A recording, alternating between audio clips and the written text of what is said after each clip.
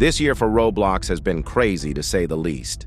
We have gotten multiple new games that not only managed to get over 1 million players, but even break the last year's player count record by multiple times. And one of those games is Plants vs. Brainrots. At this point, we have gotten used to games getting over 1 million players, and for example, Steal a Brainrot reaching 20 million during admin abuse is just a weekly thing at this point.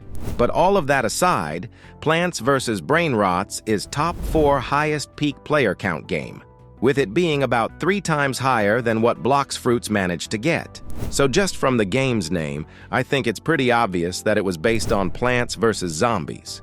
But in this case, it got very simplified. The original game is built around you as the player having to come up with strategies. But in this game, you just gotta make sure every line with plants deals enough damage. And in this case, you get to keep whoever you defeat. Brainrots are used to get currency, and currency used for the shop where you buy more and better plants. The gameplay loop is very simple. There are some other things like cards which can give you passives or boosts. You also got fusions and such, which too add more content to play with, while also not making it too complex. The game tells you what to fuse with if you were to try something out. But obviously this game isn't popular only because of being simple. It sort of combines the Roblox trends into one game, while also having some other ideas. Grow a garden is one of the ideas it uses. So Grow a Garden mainly became popular because of the garden mechanic. You can grow bigger and smaller plants, which then can give you crops, sometimes with mutations too. And this game does similar stuff, just that you can't harvest crops.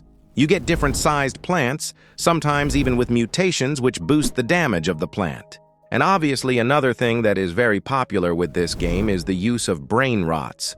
This is basically the current trend, and it's noticeable with how many Brainrot games there is that get at least 1,000 players.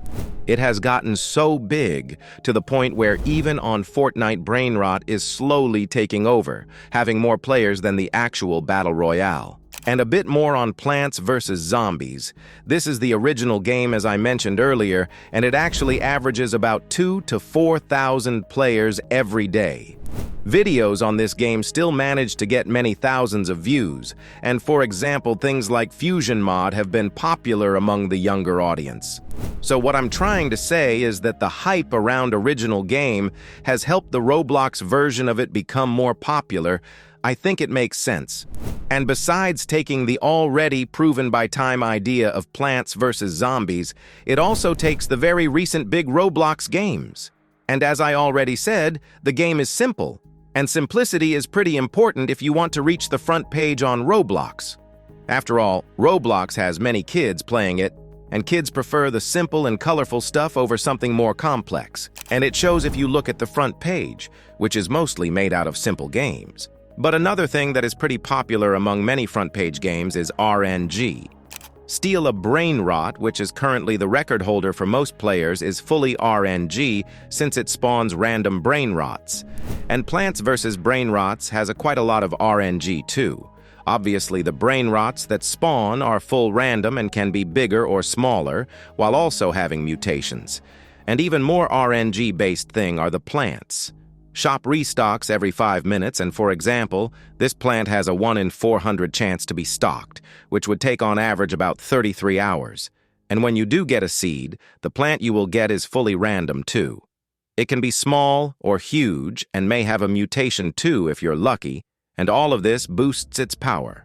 This game also has sort of loot boxes like the eggs, which give you random Brainrots, or also card packs which give you random cards. And thing about RNG is that it's very effective. Most of the games use RNG in at least some way.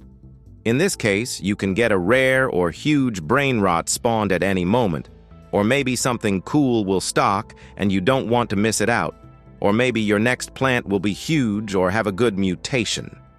Basically, it gives the feeling of being excited about something, and it also helps to keep players in the game for at least a bit longer. And having higher average playtime stat is pretty useful for your game to get recommended more. And obviously the updates add more new content to keep the game feel interesting. Cards I mentioned are one of the many features, and they sort of make the game slightly more strategic, I guess. These different machines were also added over time, which add more to the game. One of the most noticeable additions are invasions. They act more like Plants vs. Zombies because here you got specific enemies that attack you and they can actually eat your plants. And by completing more of those invasions, you unlock new biomes which do look different, but also have unique brain rots and overall ups the tier of every brain rot, making them better. The game obviously has events which you may have noticed already earlier in the video.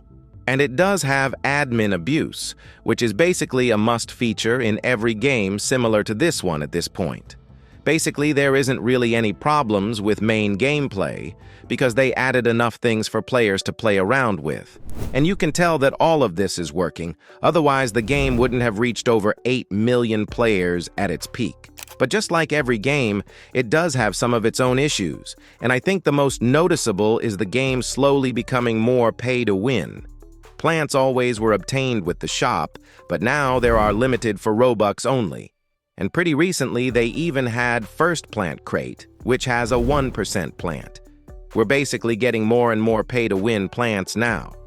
And in the most recent update, we got Season Pass, which has a pretty expensive premium pass. There is a 1% chance plant from the crate, and if you are free to play, entire Season Pass will get you 5 crates. 2 from Season Pass itself, and 3 from the shop with tokens you get. So on average, you as a free-to-play player would need to complete 20 Season Passes to get that plant, or just buy premium and get it guaranteed. Completing 20 Season Passes is impossible because you can only get 36 XP per day, it seems, which means at best you'll complete it 2 times unless you spend Robux, of course. I just thought that this isn't exactly the best way to make Season Pass. It feels restricted, and you get only 3 quests per day. Basically almost as if this is another feature for people to spend Robux on to actually win. And as for the hype around this game, well, it is still pretty hyped. It sure did lower in player count compared to October, but for example, admin abuses still managed to get over 5 million players, which is more than what Grow a Garden currently manages to pull. If you didn't know, the game is currently owned by Jandel, the same guy from Grow a Garden. Is this a bad or a good thing? We'll probably see in the near future. This is just another trendy game, just like Grow a Garden and Steal a Brainrot, and these kind of games don't seem to maintain player base for that long. Anyway, make sure to like and subscribe if you enjoyed this video. I would really appreciate that. You can watch one of these videos while waiting for a new one. They are good too. You can play our pretty recent trendy game or join my Discord server with links in description, and I will see you soon.